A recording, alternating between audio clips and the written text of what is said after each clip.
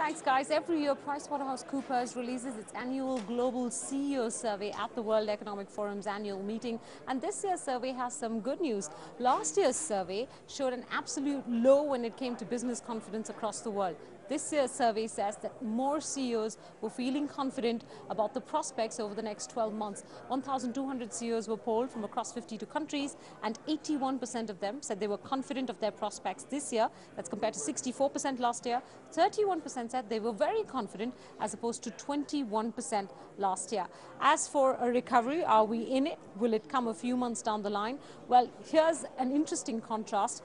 Two-thirds and more of the CEOs polled in Western Europe said that the turnaround would not begin till the second half of calendar year 2010, whereas two-thirds of the CEOs in China believe a recovery is already underway, giving you the impression that, remember the UVW kinds of recoveries that we've been discussing all this time? Well, different countries are going to go through different alphabets. When it comes to two key parameters of a recovery, employment and investment, here are the numbers on employment. 40% of CEOs said they expected to increase headcount this year, but that's not very good news because 25% said that they were planning job cuts. So it is very cautious optimism right now, an uncertain recovery position.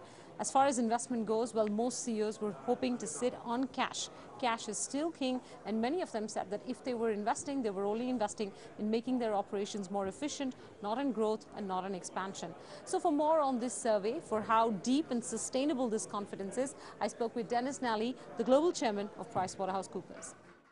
What conclusion did you draw from the confidence levels that businessmen have expressed in your survey as compared to the confidence levels that they expressed last year?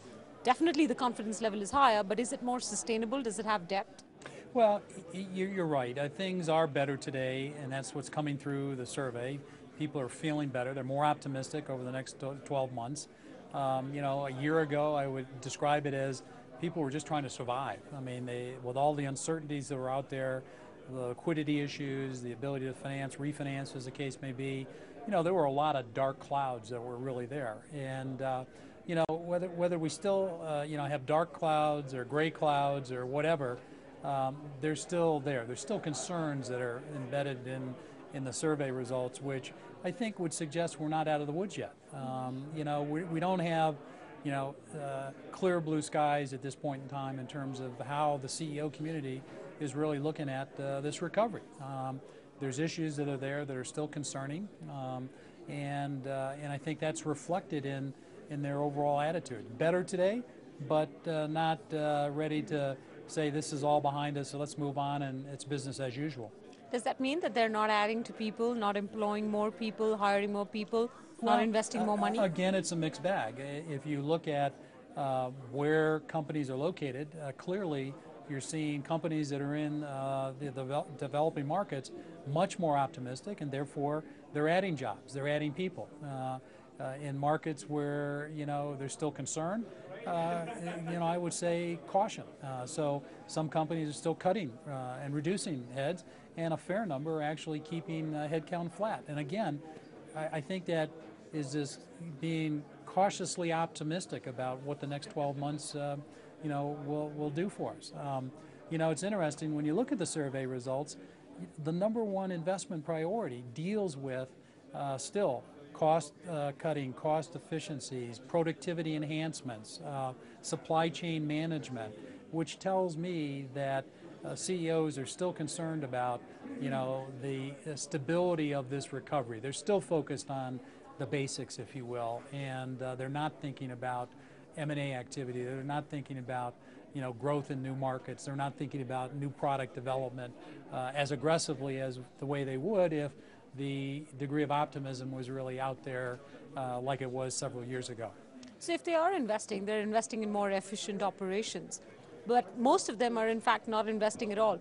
It seems of the many quotes that you've put of CEOs in your survey results, many of them still believe that cash is king.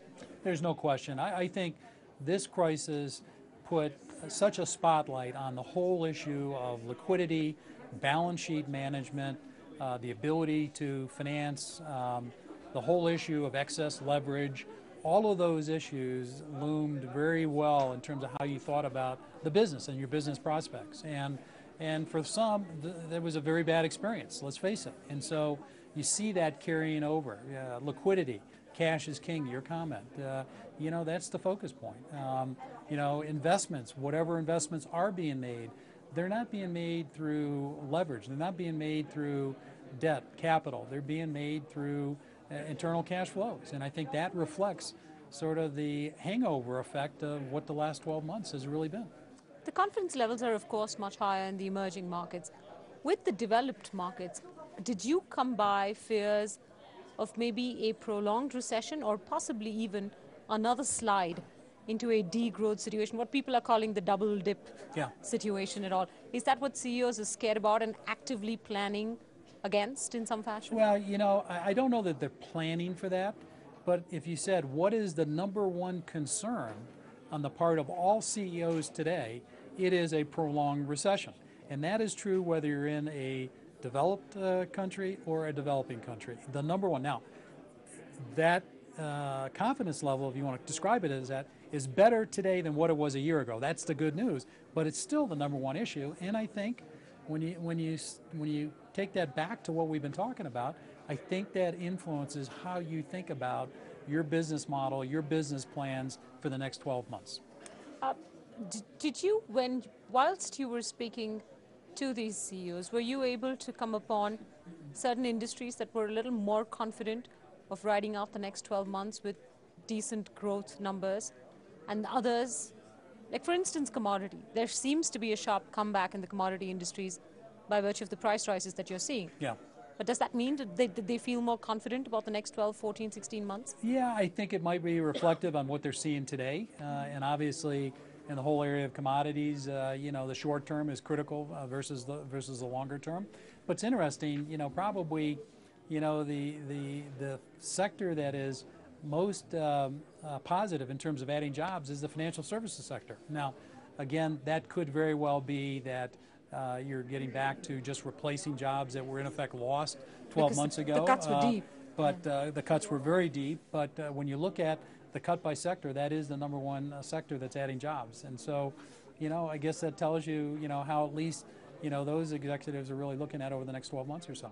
All right. So one final question then on the India business, Dennis. We always use this occasion to try and get a better sense from PwC on what their outlook on India is. It's been a spectacularly difficult year in India, starting in January with Satyam, and then I think the last few months there have been people issues in the firm. What's your outlook on India and what you're doing to be able to regain a perception point of view, the number one spot? Absolutely right. Without question, the firm has had real challenges in India, but I will tell you that has not changed my outlook and view on the importance of the India economy to the global economic picture. It's clearly one of our most strategic markets. I think it offers just tremendous opportunity for growth, and we're very much committed to this marketplace for the future. We're investing heavily. We'll add a significant number of jobs in India this year versus a year ago, not only to service our clients from an assurance, tax, and advisory standpoint, but also adding jobs in our global service delivery center that exists in India today. So we're very optimistic about what the prospects are for India. I visit India many times, and it is very, very important to me and to PricewaterhouseCoopers to really capitalize on what those opportunities are. It's a very important market for us. Dennis, what will it take to put the brand back on track? It's going to take sustained performance, and nothing short of that. Everything we do is a matter of focus. It's a matter of excellence, quality, everything that we're doing, and we just need to continue to deliver, service our clients, respond to their needs, help them deal with their issues, their challenges. And I think if we do that, and we do that consistently over a period of time, the PricewaterhouseCoopers brand in India will be as strong and as good as it has been in the past and where we want it to be into the future. But do you think at all that a one-off instance like this can hurt the brand in any fashion? Look, I think any one-off instance can do harm to your brand, and I think that's the reality. Our job is to make sure we're doing everything, and we have done a number of things in India to ensure that this would not happen again. We're very much focused on it, and time will tell as to how successful we are really to make that happen. Dennis, thank you so much for your time. Thank you Thank very much. Great.